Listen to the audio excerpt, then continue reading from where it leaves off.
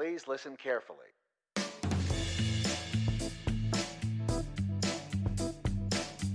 Well, hello, universe, and welcome to the Optimist Daily Update. I'm Kristy Jansen. And I'm Summers McKay. And we're part of the team behind the Optimist Daily, making solutions the news. We bring you reader-funded solutions news every day in order to change the tenor of news media, social media, and the direction of your day.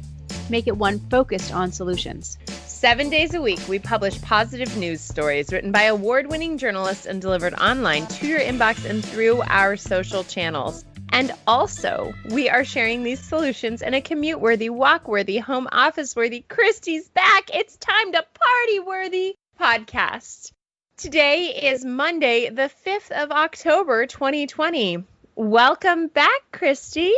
Why, thank you, Summers. It's actually pretty nice to be back. It's nice to be back with you, even though in our pre-show check-in, we had a little bit of, not so positive things to go through, but that's the way the world is, right? How was the oasis of human contact? It was definitely oasis. It was really nice. It was great to be in a setting where I could hug my friends freely and also to not be worried about anybody around me, right? Yeah. To have the absence of that very light paranoia that I wasn't even aware I had, have that be lifted was amazing. So, yeah, I got a nice week of just being relaxed and hiking every day, hugging every day with extended family and friends, and it was beautiful.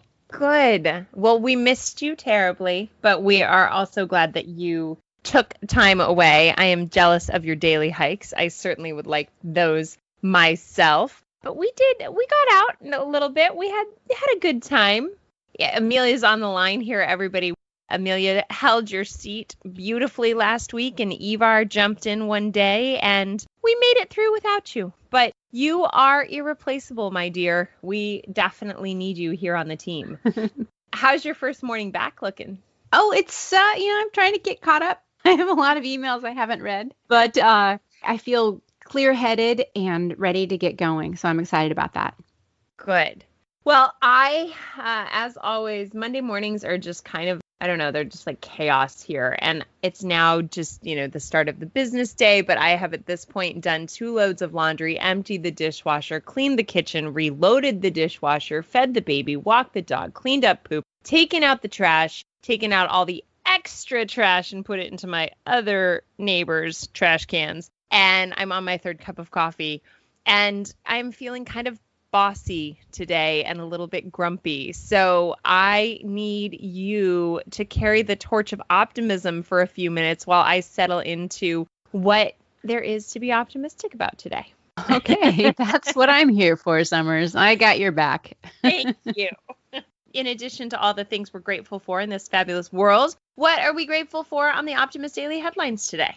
Well, let's start with this article, which is one of the ones that I clicked through this morning as I was reading. The headline reads, here's what it would actually take for California to meet its 2035 electric vehicle pledge. This is from the energy section on the Optimist Daily.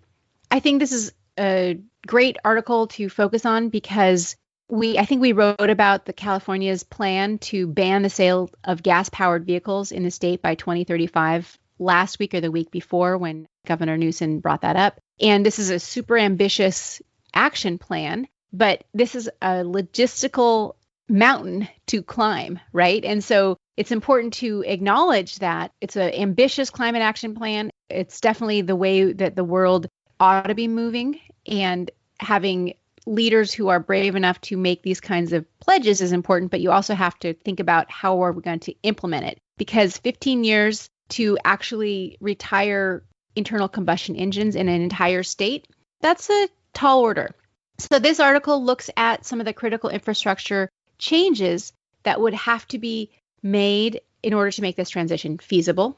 First of all, we really have to address California's electricity grid, which is already pretty challenged. It's already operating at close to its energy generation limit as it's currently designed. Adding millions more electric cars to the grid would definitely push it over the top. I know for myself, having recently invested in an electric car, and it's an all-electric car, my power bill went up by 50%. after the month that I added that car. So Right. now I had to renegotiate with Southern California Edison, who's my electricity supplier, and I've now moved to a time of use program. So I get charged super low rates during off-peak hours and then super high rates during peak hours. And that incentive there is for me to never plug my car in during the peak hours, which is from 4 p.m. to 9 p.m. Was the net cost even with the increase in your electricity bill, was the net cost higher than what you would have been paying for no. gas? It was less. It was like an extra $60 and I was paying $120 a month in gas, right? So it's still half as much what I would have been paying in gasoline, but more than I wanted to be paying on a monthly basis. Okay. All right. Yeah. Moving to a time of use, it definitely lowers my impact from my household. And then we also took other things, so we won't do laundry during those hours. We won't run the dishwasher during those hours. It's not a big deal. And we're looking at other ways we can improve our efficiency from 4 p.m. to 9 p.m. and just in general. Mm-hmm. Mm-hmm. And so efficiency is one of the tools that will have to be implemented, but also maybe investing more money in helping people become their own power generation centers. The prosumer model that we talked about the other week, I think Sweden has been looking at changing from just being a taker of energy and becoming a producer and a storer of your own energy. Also using public works to facilitate this transition, investing in housing and housing that's going to actually help to bring back local generation as well. Having like some sort of a New Deal like program in California to get Californians back to work, because we are also facing quite a large unemployment rate right now. And as jobs have moved away from service sector, I don't know what's going to look like when the pandemic is actually over and we can have people go back to restaurants and back to some of the jobs that they were doing before. Maybe some of those jobs won't come back. A lot of retail, for example, is going to be seriously hampered moving forward. I doubt we'll have the kind of consumer shopping that we were having before with brick and mortar stores.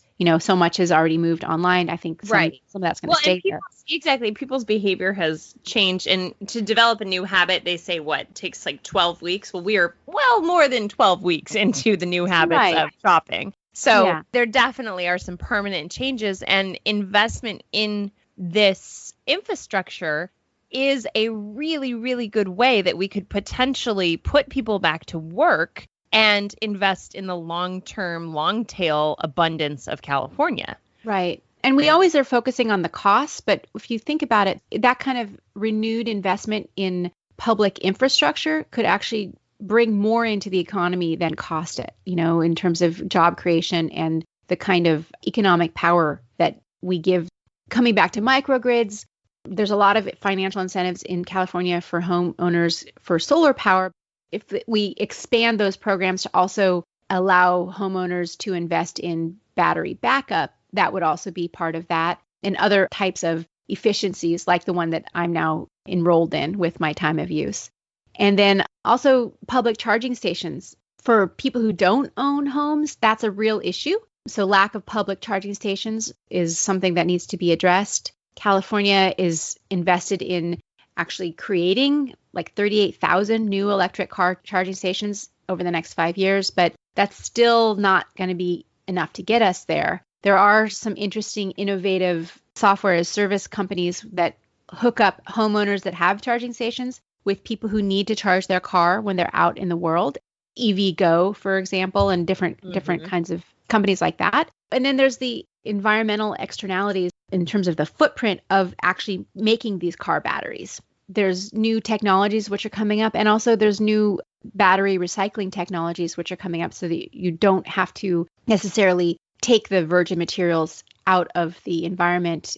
It'll lower the footprint of these batteries.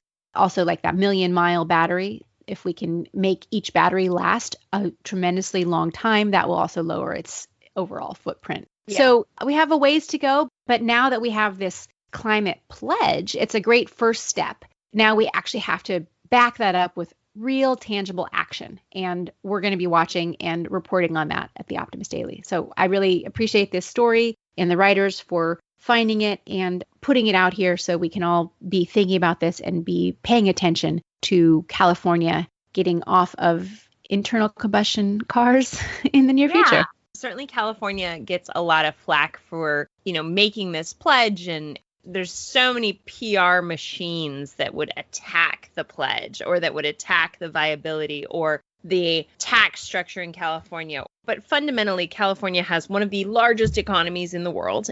In a situation where federal mandates are absent, and this is part of what we talked about in our pre-meeting, but my story talks about mayors from 12 major cities committing to divesting from fossil fuels in the environment section. And California as a state, as a basically hugely influential economic state, has made this decision. And it can happen at the gubernatorial level. It can happen at the mayoral level. And mayors across the world are stepping up, even in the absence of federal leadership. And I think a lot of people are very frustrated and confounded by the inefficiencies. And as Kristy really pointed out, and I'm always sort of reticent to ever say anything negative, but not only inefficiencies, but like all out attacks on creating a new world order when it comes to power and how we power our society. The mayors of these cities and the governors of the states that are saying, hey, we can make a difference, are stepping up. And now this story is not just about U.S. cities. It's mayors in Berlin, Bristol, Cape Town, Durban, London, L.A., Milan, New Orleans, and New York City. Also Oslo, Pittsburgh, and Vancouver. Pittsburgh, exactly. Sorry, scrolled to the next page there. But mayors worldwide are stepping up. Citizens worldwide are stepping up. And just as you've said, Kristy, everyone's saying, oh, what about the cost? What about the cost? Well, the question is, what about the cost if not? Is your way of life truly at risk? Is your health? Is your, we look at the way the world is right now, and it's not sustainable. You might not be thinking about the long tail of what needs to happen in our society for it to be sustainable, profitable, and abundant, but that's exactly what these mayors and what California is doing. And not everybody's getting it right, but at least they are stepping up and trying and talking about how to be fossil fuel free. And green investments really do create a more resilient, sustainable economy. We say it over and over. We show it over and over. Data proves it over and over. And if you disagree with us, it's just because you don't have the information. Yeah. See, there I go, being bossy and ranty again. Kristy, oh my God, I need like a massage. I am so passionate about this, and I get so frustrated by the reiterative rhetoric that just is not true.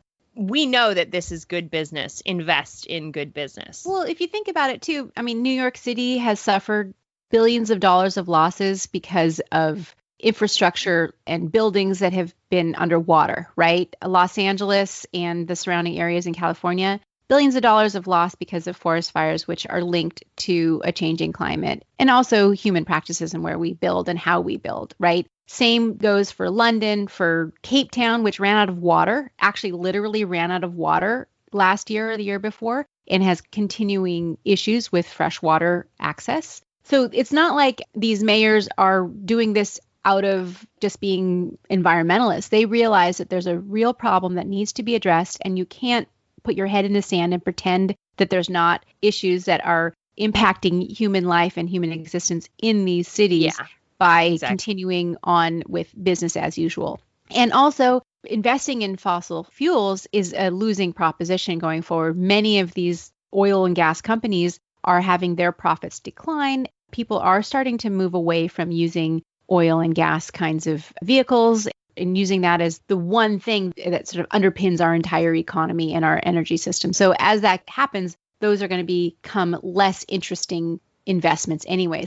What this article is really talking about is these cities and whatever pensions that they have, they're divesting from fossil fuels. And that's actually, it's not just because they're environmentalists, it's also because those are not considered future-looking investments. And it's better to invest in industries and practices that are going to lead towards sustainability, because that's really the direction that investment is going. Yep. And you will hear more about this on the Optimist Daily, and there are plenty of articles if you are in these kinds of conversations to share and offer to others to understand really the future that we have to and get to create. What are some other headlines? Yes. So there's a cool story, which is our lead story, about how humpback whales in Alaska are really enjoying the cruise ship free waters. The noise pollution that we aren't even aware of, the fact that that's sort of dropped, has freed up their ability to move around. That's a fantastic article there. This was almost one that I wanted to talk about today. The headline reads, "Exposed to wildfire smoke? Here are 5 tips to protect your skin." Good ideas for anyone who's dealing with any kind of air pollution, because your skin is definitely our biggest organ, and you have to think about that just like what you think about what you put into your body. Speaking of what you put into your body, there's a headline on why protein intake is critical to aging in a healthy way. There's also an interesting article about Starlink bringing internet to fire-ravaged parts of rural Washington.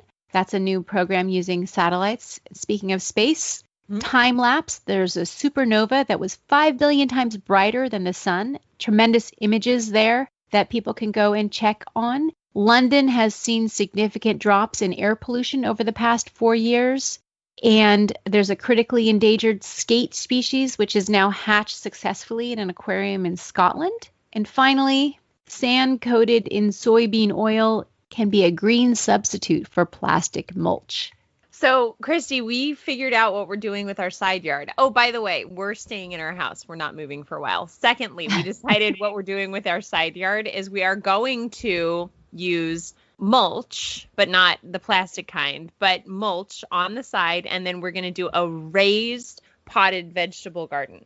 So I'm very, very excited. That's my new project. Anyway. I love it. That's a great solution. And you'll have a beautiful little area in your backyard now that you can Exactly. Enjoy. We'll try some cilantro. All right, everybody.